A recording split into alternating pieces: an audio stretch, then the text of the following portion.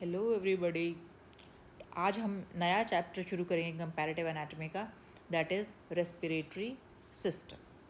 Right, if you see that respiratory system ये वो system है बॉडी का जो कि exchange of carbon dioxide from body, it is concerned with exchange of carbon dioxide from body with oxygen from environment. ठीक है। सो ये जो एक्सचेंज है, ये जो सिस्टम है, ये इस एक्सचेंज के साथ डील करता है। अब क्या होता है, ये ऑक्सीजन जो है सीधा एनवायरनमेंट से बॉडी में आया, बॉडी के बाद ये ऑक्सीजन जो है सीधा पहुंचता है कहाँ, through various path it reaches the cell. Cell में भी कहाँ, माइटोकॉन्ड्रिया में। ठीक है, माइटोकॉन्ड्रिया में जो अभी पिछले सिस्टम में डाइजेस्टिव सिस्टम से जो फूड आया ना, वो फूड जो है इस ऑक्सीजन के साथ मिलके it produces energy in the form of ATP, और ये साथ में कार्बन डाइऑक्साइड भी रिलीज करता है। अब ये एटीपी जो है, वाई इट इज़ नेसेसरी, ये एटीपी जो है बॉडी के बहुत सारे बायोकेमिकल प्रोसेस चल रहे हैं, उन प्रोसेसेस के लिए ज़रूरी है। उसके अलावा बॉडी का होम्योस्टैसिस मेंटेन करने के लिए, होम्योस्टैसिस का मतलब क्या है, बॉडी का एक पर्टिकुलर कुछ पैरामीटर होते हैं कि बॉडी को सर्वाइवल के लिए इतना पीएच, इतना टेम्परेचर, इतना वाटर कंसनट्रेट, ये सब मेंटेन करना पड़ता है, तो उसको कहते हैं होम्योस्टैसिस। तो ये जो एटीपी जो प्रोड्यूस हो रही है इसमें माइटोकॉन्ड्रिया में, this is used for these two processes of the body. ठीक है। अब क्या है कि ये जो रेस्पिरेटरी सिस्टम है, ऑल्दो ऐसा लग रहा है कि बड़ा simple, but it is not so simple. This respiratory system again it consist of two parts. First one is respiratory tract, जैसे वहाँ पे था ना alimentary canal and gland, same way यहाँ पर भी respiratory system it consist of two parts, respiratory tract and respiratory organ. ठीक है। रेस्पिरेटरी ट्रैक्ट का मतलब क्या है कि जो पूरा पाथ है किसका, सोर्स ऑफ गैस का। ठीक है, देखो सोर्स ऑफ गैस का मतलब क्या है, जैसे एनवायरनमेंट है वो सोर्स है ऑक्सीजन का, बॉडी या सेल यू कैन से वो सोर्स किसका है, वो कार्बन डाइऑक्साइड का। ठीक है, तो चाहे गैस कोई भी हो, चाहे ऑक्सीजन हो या कार्बन डाइऑक्साइड हो, वो जिस पाथ को फॉलो करती है उसको हम कहते हैं respiratory tract. Now comes respiratory organ. ये वो ऑर्गन है, ये एक्चुअली वो साइट है जहाँ पर ये O2 और CO2 का एक्सचेंज होता है। ठीक है, और कोई भी organ, if that organ has to act as respiratory organ, कोई भी ऑर्गन रेस्पिरेटरी ऑर्गन की तरह तब काम करता है जब it meets certain minimum conditions. कुछ कंडीशन ऐसी हैं वो हों तो ही वहाँ पर एक्सचेंज ऑफ गैसेस होता है। जैसे अगर हम देखें, सबसे पहले कोई भी रेस्पिरेटरी ऑर्गन जो है, कोई भी, तो हमें पता है कि वेरियस रेस्पिरेटरी ऑर्गन्स आते हैं, जैसे गिल्स है, लंग्स है, स्किन है, राइट, बहुत सारी चीज़ें हैं ऐसे। तो ये सरफेसेस कब, ये ऑर्गन्स कब रेस्पिरेटरी ऑर्गन का काम करते हैं, जब इनमें कुछ कैरेक्टरिस्टिक फीचर्स होते हैं। जैसे फर्स्ट अगर हम देखें तो वो है, इफ़ यू सी कि जो भी एक्सचेंज सरफेस है it should have large surface area. ठीक है, ताकि एक बार में ही काफ़ी सारी गैस का एक्सचेंज हो जाए। ठीक है, अनदर कैरेक्टरिस्टिक इज, जो भी रेस्पिरेटरी सरफेस है it should be permeable to respiratory gases. Respiratory gases means oxygen और कार्बन डाइऑक्साइड के परमिएबल हो, एंड जो सरफेस हो दैट शुड बी थिन, वो इतना थिन हो कि उससे ऑक्सीजन और कार्बन डाइऑक्साइड जो है वो पास हो सके। ठीक है, थर्ड, जो रेस्पिरेटरी सरफेस है इट शुड बी मॉइस्ट। तुम्हें पता है ना, डिफ्यूजन ऑफ गैसेस के लिए, डिफ्यूजन ऑफ गैसेस किस में होता है, हमेशा वो लिक्विड मीडियम में होता है। तो लिक्विड मीडियम मेंटेन करने के लिए क्या होता है, हम बॉडी जो उस सरफेस को मॉइस्ट रखती है। अगर सरफेस मॉइस्ट नहीं होगा रेस्पिरेटरी सरफेस, तो वहाँ पर एक्सचेंज ऑफ गैसेस नहीं होगा। ठीक है, नेक्स्ट इज, जो भी रेस्पिरेटरी सरफेस है it should be in contact with the source of oxygen. ठीक है, सोर्स ऑफ ऑक्सीजन क्या हो सकता है, सोर्स ऑफ ऑक्सीजन जो एयर भी हो सकता है, सोर्स ऑफ ऑक्सीजन जो है वो वाटर भी हो सकता है। तो वो सोर्स ऑब्वियसली अगर वो सोर्स अवेलेबल नहीं होगा तो वहाँ से ऑक्सीजन कैसे एक्सट्रैक्ट होगी, वो कैसे मूव करेगी, so it has to be there.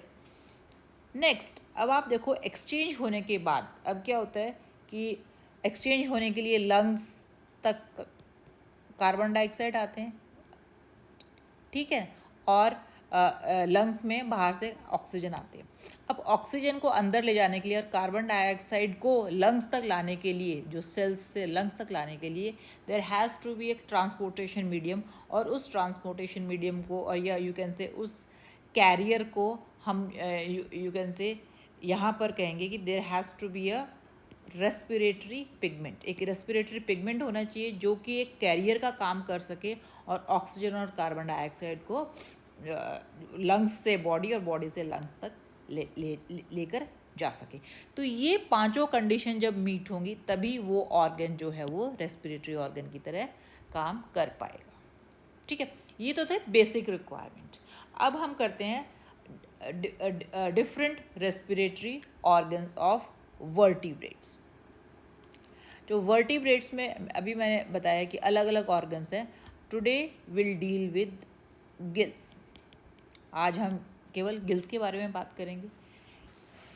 तुम्हें पता है कि गिल्स जो है एक्वेटिक एनिमल्स के लिए रेस्पिरेटरी ऑर्गन है, ठीक है। इन एनिमल्स में दे हैव कैपेसिटी कि ये वाटर से ऑक्सीजन को एक्सट्रैक्ट करते हैं और बॉडी के अंदर की जो ऑक्सीजन रिक्वायरमेंट्स हैं वो मीट करते हैं। दे हैव बीन अडेप्टेड इन सच अ वे। होता क्या है कि कोई भी जो गिल होती है ना उसका एक सेंट्रल एक्सिस होता है, ठीक है, और उस सेंट्रल एक्सिस के ऊपर इसको तुम गिल एक्सिस भी कह सकते हो,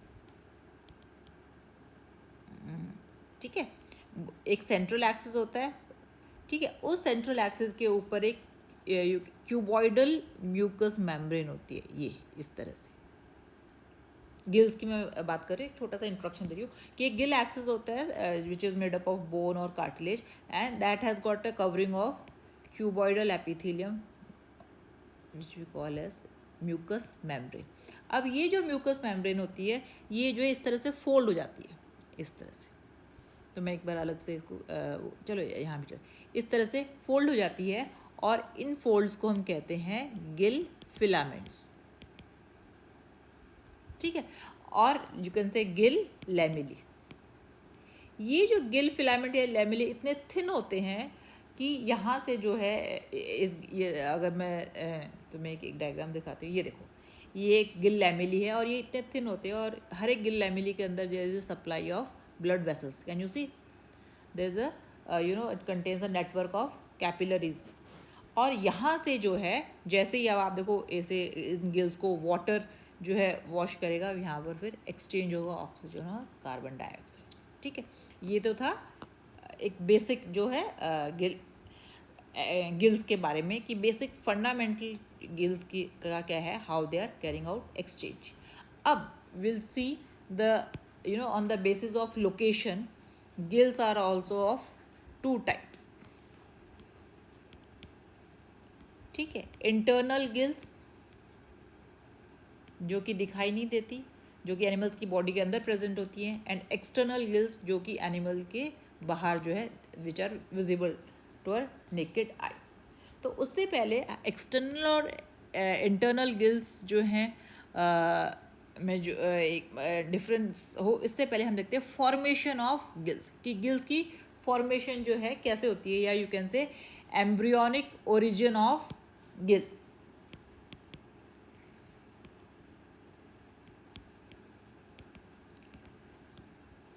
ठीक है, एम्ब्रियोनिक ओरिजिन ऑफ गिल्स।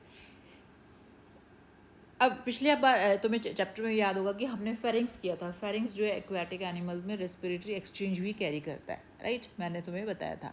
अब अगर हम ये मैं आपको दिखाऊं क्या होता है कि जैसे सपोज दिस इज फेरिंग्स, ठीक है, और ये जो है ये बॉडी वॉल है, ठीक है, ये बॉडी वॉल के अंदर फेरिंग्स है, ठीक है।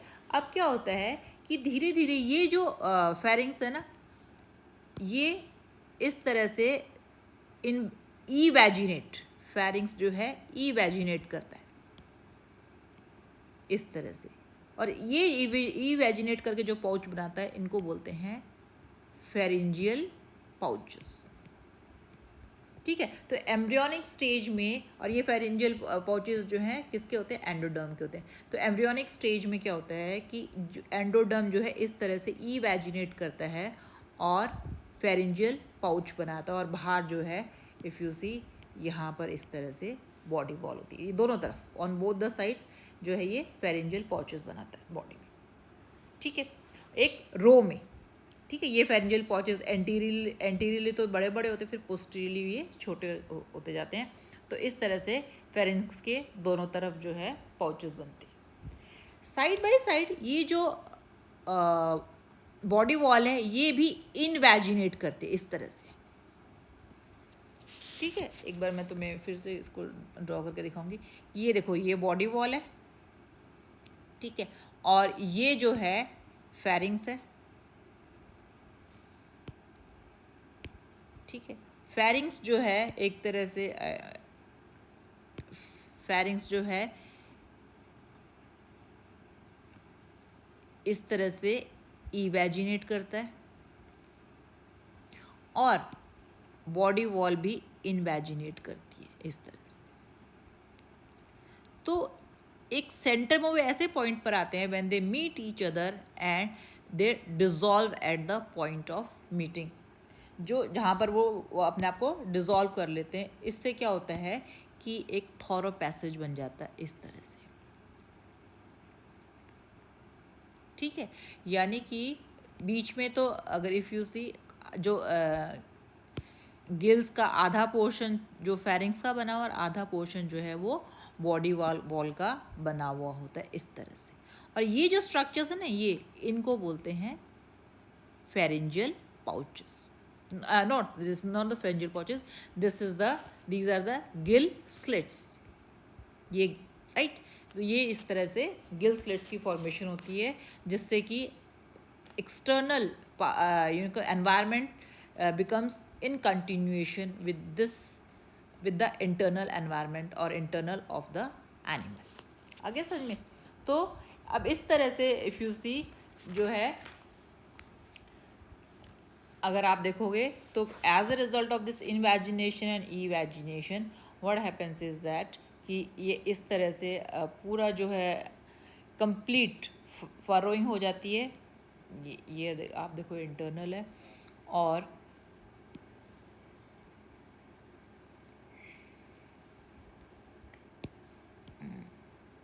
और ये जो है इसको थोड़ा सा और क्लियरली मैं कर देती हूँ।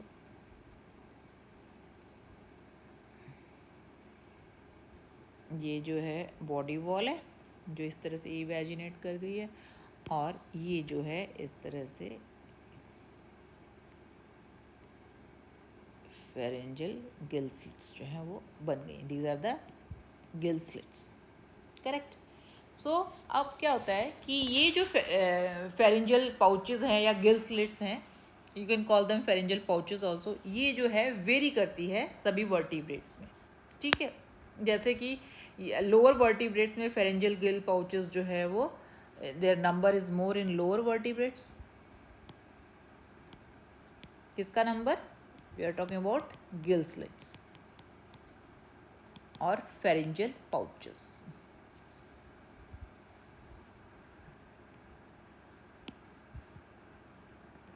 फेरेंजियल पाउचेस, जैसे कि फॉर एग्जांपल अगर हम देखें तो साइक्लोस्टोम्स है। साइक्लोस्टोम्स में कई बार 14 पेयर ऑफ गिल पाउचेस भी होते हैं। लैम्प्रेज है, लैम्प्रे भी एक साइक्लोस्टोम है, इसमें जो है 7 pair of gill pouches are there. Hagfish, ये भी एक साइक्लोस्टोम है, हैगफिश में 6 pair of gill pouches are there. ये देखो, ये गिल पाउचेस है, let me make it clear. और कार्टिलेजिनस फिशेस में भी, जैसे शार्क वगैरह, उसमें भी 6 पेयर ऑफ गिल पाउचेस हैं। बोनी फिशेस हैं, उनमें जो है 5 pair of gill pouches are there. ठीक है, this was all about anamniotes. In case of amniotes, यानी कि जो एनिमल्स गिल्स से ब्रीथ नहीं करते, and in case of amniotes, इनमें क्या होता है कि एम्ब्रियोनिक स्टेज पर गिल स्लिट प्रेजेंट तो होती है एम्ब्रियोनिक स्टेज पर, बट वो उस गिल स्लिट्स में कभी भी गिल्स नहीं होती है, लैमिना नहीं होता है, केवल जो है जस्ट इस तरह से गिल स्लिट्स प्रेजेंट होती है, पर यहाँ पर गिल लैमिना नहीं होता है, और अडल्ट में जाके ये जो है डिसअपियर हो जाती है।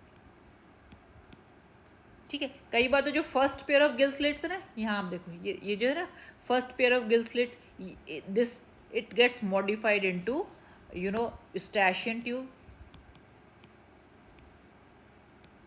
स्टैशियन ट्यूब पता ना, एंड मिडल ईयर, क्योंकि no more they are being used as for exchange of gases, और they no more act as gill slits. अब इफ़ यू सी, जैसे कि मैंने ये स्ट्रक्चर ड्रॉ किया है, एक बार फिर से मैं ड्रॉ करती हूँ, ये जो है इफ़ यू सी, ये इस तरह जो मैंने गिल स्लिट, इस तरह नॉट गिल स्लिट, इस तरह से इफ़ यू सी मैंने जो है एक गिल बनाई थी। अगर हम देखें तो यहाँ पर ये एक गिल स्लिट है, ठीक है। अगर हम देखें तो यूल फाइंड दैट यहाँ पे बीच में देर इज़ अ सेप्टा, जिसको कहते हैं इंटरब्रेंकियल सेप्टा, और ये इंटरब्रेंकियल सेप्टम जो है दोनों तरफ इस तरह से सपोर्ट करता है, किसको, गिल लैमिली को। तो ये जो लीफ लाइक स्ट्रक्चर्स है इसे हम कहते हैं गिल लैमिली, और इस पूरे स्ट्रक्चर को बोलेंगे गिल लैमिना, ठीक है। तो ये जो इंटरब्रेंकियल सेप्टा है इसका ओरिजिन जो है if you see it is mesoderm in origin, ठीक है। जबकि जो इसका एपिथेलियम है यानी कि गिल लैमिली है, इस ये जो है एक्टोडर्म और एंडोडर्म, बताया था ना, बॉडी वॉल वाला एक्टोडर्म है, और जो फेरेंजियल वॉल वाला इन्वेजिनेशन है वो एंडोडर्म है, ठीक है। ये पार्ट एक्टोडर्म है and this part is endoderm in nature. So you can see that एक यू कैन इंटरब्रेंकियल एक यू कैन से गिल में तीनों ही एम्ब्रियोनिक उसके तीनों एम्ब्रियोनिक लेयर्स, जर्मिनल लेयर से पूरी एक गिल बनी हुई है, एक्टोडर्म, एंडोडर्म एंड मीजोडर्म, ठीक है। नाउ अब अगर हम ये जो इंटरब्रेंकियल सेप्टा है जिसको ये मैंने बताया, ये जो इंटरब्रेंकियल सेप्टा है इसको ब्लड सप्लाई मिलती है, और ये यहाँ से if you see as I told you here in this region also, कि ये जो ब्लू कलर का दिखाई दे रहा है ना, ये जो है वेंट्रल एओर्टा से इफ़ यू सी सप्लाई मिल रही है। यहाँ पर आप एक्सचेंज होने के बाद if you it is giving out oxygen rich blood to the ventral aorta, और वेंट्रल एओर्टा से ये हार्ट में जाता है और पूरी बॉडी को ब्लड सप्लाई करता है, ठीक है। Now we come to internal gill. अब एक गिल का स्ट्रक्चर बता दिया, अब इंटरनल गिल्स के बारे में हम बात करते हैं। इंटरनल गिल्स सो एक तरह से पैरेलल स्लिट्स की तरह प्रेजेंट है। जैसे मैं एक बार तो मैं ये दिखाऊंगी, डायग्राम दिखाऊंगी कि can you see this structure, ये शार्क का स्ट्रक्चर है, ठीक है। अब जो है इनमें भी इंटरनल गिल्स जो है ये ऑब्वियसली बॉडी के अंदर प्रेजेंट हैं दीज गिल्स, तो इनको हम क्या कहेंगे, these are the internal gills, ठीक है। अब you know what happens is that एक तरह से ये एक सीरीज ऑफ पैरेलल स्लिट्स हैं, ये देखो एक स्लिट ये है, एक ये है, एक ये है, एक ये है। तो इंटरनल गिल्स जो है एक तरह से पैरेलल स्लिट की तरह प्रेजेंट है along the length of the pharyngeal region, ठीक है। अब आप देखो कि ये जो can you see these are the small, और अगर हम इसको और एनलार्ज करेंगे तो ये जो स्मॉल पोर्शंस हैं if you see these are the gill lamella, ठीक है। This gill lamella if you see on both the side there are gill lamella supported by interbranchial septum, ठीक है। तो इस तरह का यू कैन से इस तरह की गिल्स जो कि बीच में तो इंटरब्रेंकियल सेप्टम है और दोनों तरफ जो है इस तरह से गिल लैमिला है, इस तरह की गिल को हम कहेंगे हॉलो ब्रैंक। एक बार थोड़ा, ठीक है, उसको क्या बोलेंगे, हॉलो ब्रैंक। कई बार क्या होता है कि ये जो इंटरब्रेंकियल सेप्टा है ये जो है केवल जो है एक ही तरफ से गिल को सपोर्ट करता है, इस तरह की गिल को बोलेंगे हेमी ब्रैंक। ठीक है, कई बार क्या होता है एक थर्ड कंडीशन भी ऐसी होती है कि इंटरब्रेंकियल सेप्टा तो है पर गिल्स जो है प्रेजेंट ही नहीं है, तो उसको बोलेंगे ए ब्रैंक। ठीक है, अब आप देखो इसमें ही देखो आप जो this is first gill slit, इसमें आप देखो this is this is first hemibranch या डेमी ब्रैंक, ये हॉलो ब्रैंक है। तो कितने हॉलो ब्रैंक है 1 2 3 4। अब इस गिल स्लिट में आप देखो कि पोस्टीरियर साइड यहाँ पर कोई गिल है ही नहीं, तो इसको क्या बोलेंगे, इसको बोलेंगे abranch because there are no gill lamellae. ठीक है, अब इंटरनल, अब आप देखो हम एक टिपिकल एग्जांपल लेंगे शार्काया स्कोलियोडन का। इसमें आप देखोगे कितने गिल पाउचेस हैं 1 2 3 4 gill slit, sorry 1 2 3 4 5 gill slits are there, right, जो कि जिसमें कि एक हेमी ब्रैंक है, right, this is 1 hemibranch and 4 holobranchs are there and 1 abranch is there. ठीक है, हर एक गिल लैमिला में आप देखो कि हर you can say interbranchial septa is supported by 2 gill lamina, एक लैमिना ये है और एक लैमिना ये है। ठीक है, अब अगर हम इसको एनलार्ज करके देखें, यानी कि एक पूरी गिल को हम अगर हम एनलार्ज करके देखेंगे तो it will look something like this, can you see. ठीक है, इफ़ यू सी यहाँ पर आप देखो कि जो इंटरब्रेंकियल सेप्टा है it is stout and fibromuscular. ये आप देखो इंटरब्रेंकियल सेप्टा की बेस में मसल्स प्रेजेंट है। ठीक है, और इफ़ यू अगर आप देखोगे कि जो इंटरब्रेंकियल सेप्टा है ये एक्सटेंड कर रहा है थ्रू आउट द लेंथ। ठीक है, अब आप देखो बेस में अगर ये देखोगे यहाँ पर एक एपी ब्रेंकियल कार्टिलेज है। तुम्हें याद होगा कि जब हमने विस्रल आर्चेस किए थे उसमें जो बाद की जो 5 विस्रल आर्चेस उनको मैं दिखा, यहाँ उसको हमने बेसी ब्रेंकियल कहा था और यहाँ पे epibranchial then hypobranchial, याद है जो अलग अलग इस तरह हमने विस्रल आर्चेस किए थे। ठीक है, तो ये वाला जो पोर्शन है this is known as epibranchial, this portion supports the base of the gill. ठीक है, अब आप ये देखो कि फ्रॉम दिस इस एपीब्रेंकियल कार्टिलेज से ये एपीब्रेंकियल कार्टिलेज से अगर आप देखोगे तो it is giving out a branchial रे। ये दिखाई दे रहा है, ये पूरी एक ब्रेंकियल रे है और ये ब्रेंकियल रे जो किसको सपोर्ट कर रही है, ये सपोर्ट कर रही है इस इंटरब्रेंकियल सेप्टम को। This is I don't know, एक मिनट,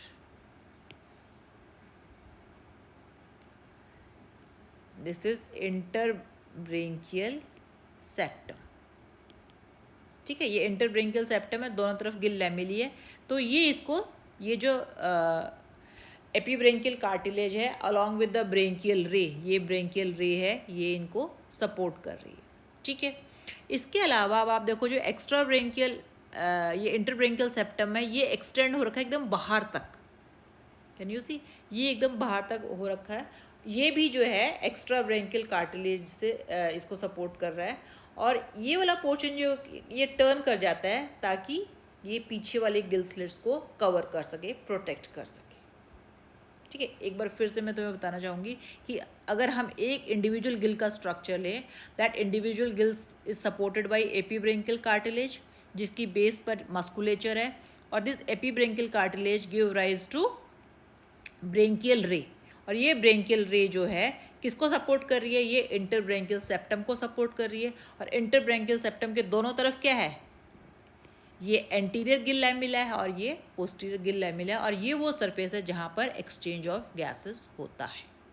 ठीक है, अब क्या होता है कि जैसे ये पूरा ब्रेंकियल बास्केट है फेरिंग्स में, यहाँ पर ना कंस्ट्रक्टर मसल्स हैं, जब ये मसल्स कॉन्ट्रैक्ट करती हैं तो क्या होता है, फेरेंजियल कैविटी जो है वो डिक्रीज हो जाती है। जब फेरेंजियल कैविटी डिक्रीज होगी तो क्या होगा, वाटर जो है वो इन गिल स्लिट्स के थ्रू बाहर जाने की कोशिश करता है।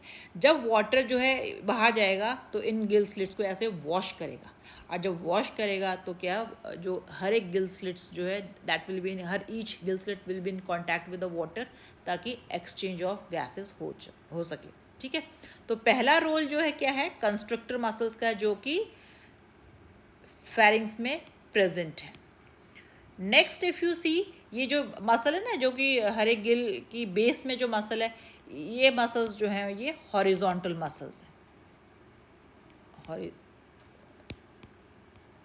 हॉरिजॉन्टल मसल्स हैं। और ये हॉरिजॉन्टल मसल्स जब कंस्ट्रिक्ट करती है ना, जैसे ये कंस्ट्रिक्ट करेगी तो ये इसकी जो लेंथ है ना, किसकी, लैमिला की, ये रिड्यूस हो जाती है। और जैसे ये लेंथ रिड्यूस होगी तो क्या होगा कि जो गिल स्लिट्स हैं वो क्लोज हो जाती हैं। और जैसे गिल स्लिट्स जो हैं, if you C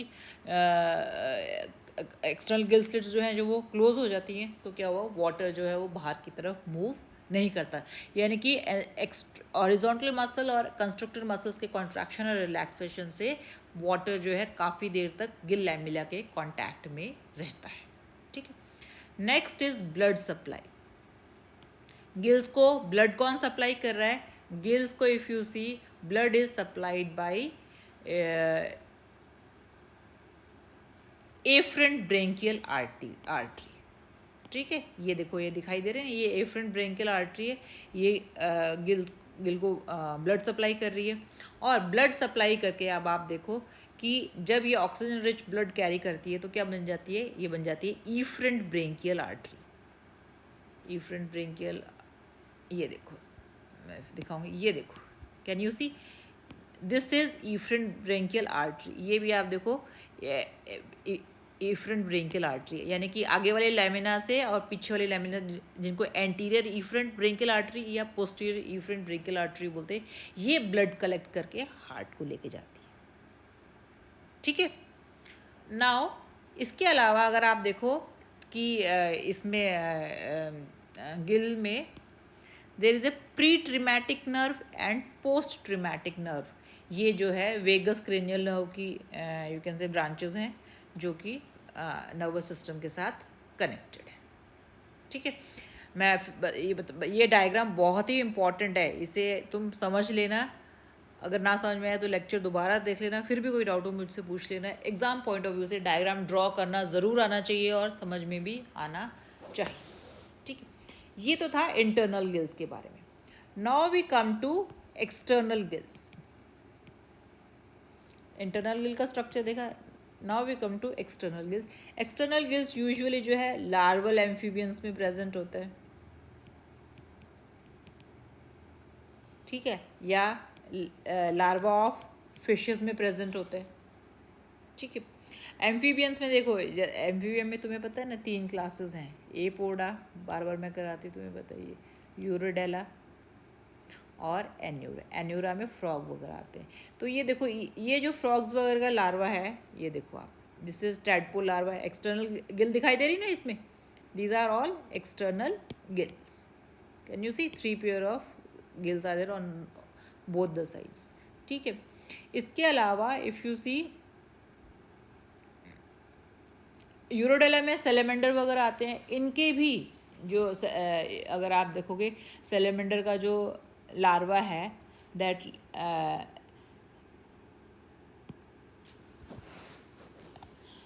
is the नेक्टूरस larva, उसमें भी एक्सटर्नल गिल्स प्रेजेंट होते हैं। मैं एक बार डायग्राम दिखाऊंगी अब तुम्हें, ये देखो, ये जो फिश है ये पॉलिप्टेरस फिश है। ठीक है, ये यानी कि एक लंग फिश है जिसके दोनों तरफ, can you see how many gills are there, 4 pair of gills are there. Protopterus, ये है पॉलिप्टेरस फिश। इसमें अगर आप देखोगे ये अडल्ट फिश है, एक ही गिल, एक्सटर्नल गिल, यानी कि एक पेयर है, एक उधर की तरफ है। ठीक है, ये है सायरन की, सायरन जो है वो है ना सी काउ वगैरह, इनमें भी आप देखो इनके लार्वा में 3 pair of external gills are there. ये है नेक्टूरस जो है सेलेमेंडर का लार्वा है, इसमें दोनों तरफ आप देखो 2 pair of gills are there. ठीक, आई एम सॉरी, ये जो है एक्सोलोटल लार्वा, एक बार फिर से, ये जो है सी जो सायरन लिखा हुआ है, ये एक्सोलोटल लार्वा है जिसमें 3 पेयर हैं, और ये जो 2 पेयर हैं, ठीक है, ये तो नेक्टूरस में है। Okay, this was about external gills. इसमें क्या है, एक्सटर्नल गिल्स में भी क्या होता है, एक सेंट्रल एक्सेस होता है, एक इस तरह से सेंट्रल एक्सेस होता है, और उसके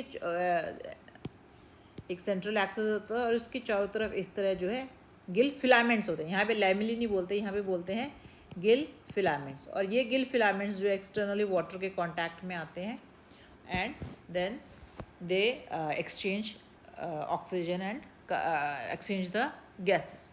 एक बार जस्ट मुझे ये जो है नेक्टूरस लार्वा का एक जस्ट अ मिनट, कि जो, हाँ मैं ये कह रही थी, ये जो सेलेमेंडर का लार्वा है, जस्ट सेलेमेंडर के लार्वा में भी, इसमें सेलेमेंडर लार्वा की फ़ोटो नहीं है, सेलेमेंडर के लार्वा में भी 3 पेयर्स ऑफ एक्सटर्नल गिल्स होते हैं, जो कि है एक्सोलोटल लार्वा। वैसे एक्सोलोटल लार्वा दिखता तो ऐसा ही है, बट इन्होंने पता नहीं सायरन क्यों नाम दिया हुआ है, इस तरह दिखता है। ठीक है, ओके। नाउ अगर अब हम देखें तो जो ये जो एक्सटर्नल गिल्स हैं, बिकॉज वो स्किन से ओरिजिन होती हैं, तो they are ectodermal in nature. But Polypterus में, ये देखो, ये वाली जो फिश है, ये पॉलिप्टेरस में, हालांकि इसमें 1 पेयर है, पॉलिप्टेरस के लार्वा में 4 पेयर्स प्रेजेंट होते हैं। एंड अगर ये जो 4 पेयर्स हैं, ये इंटरनल गिल्स की एक्सटेंशंस हैं। ठीक है, तो यानी कि पॉलिप्टेरस को छोड़ के, पॉलिप्टेरस की जो गिल्स हैं, they are endodermal in origin, बाकी जितनी भी एक्सटर्नल गिल्स हैं, they are ectodermal in origin. Correct, this is all for today. कल हम देखेंगे कंपैरेटिव अकाउंट ऑफ गिल्स।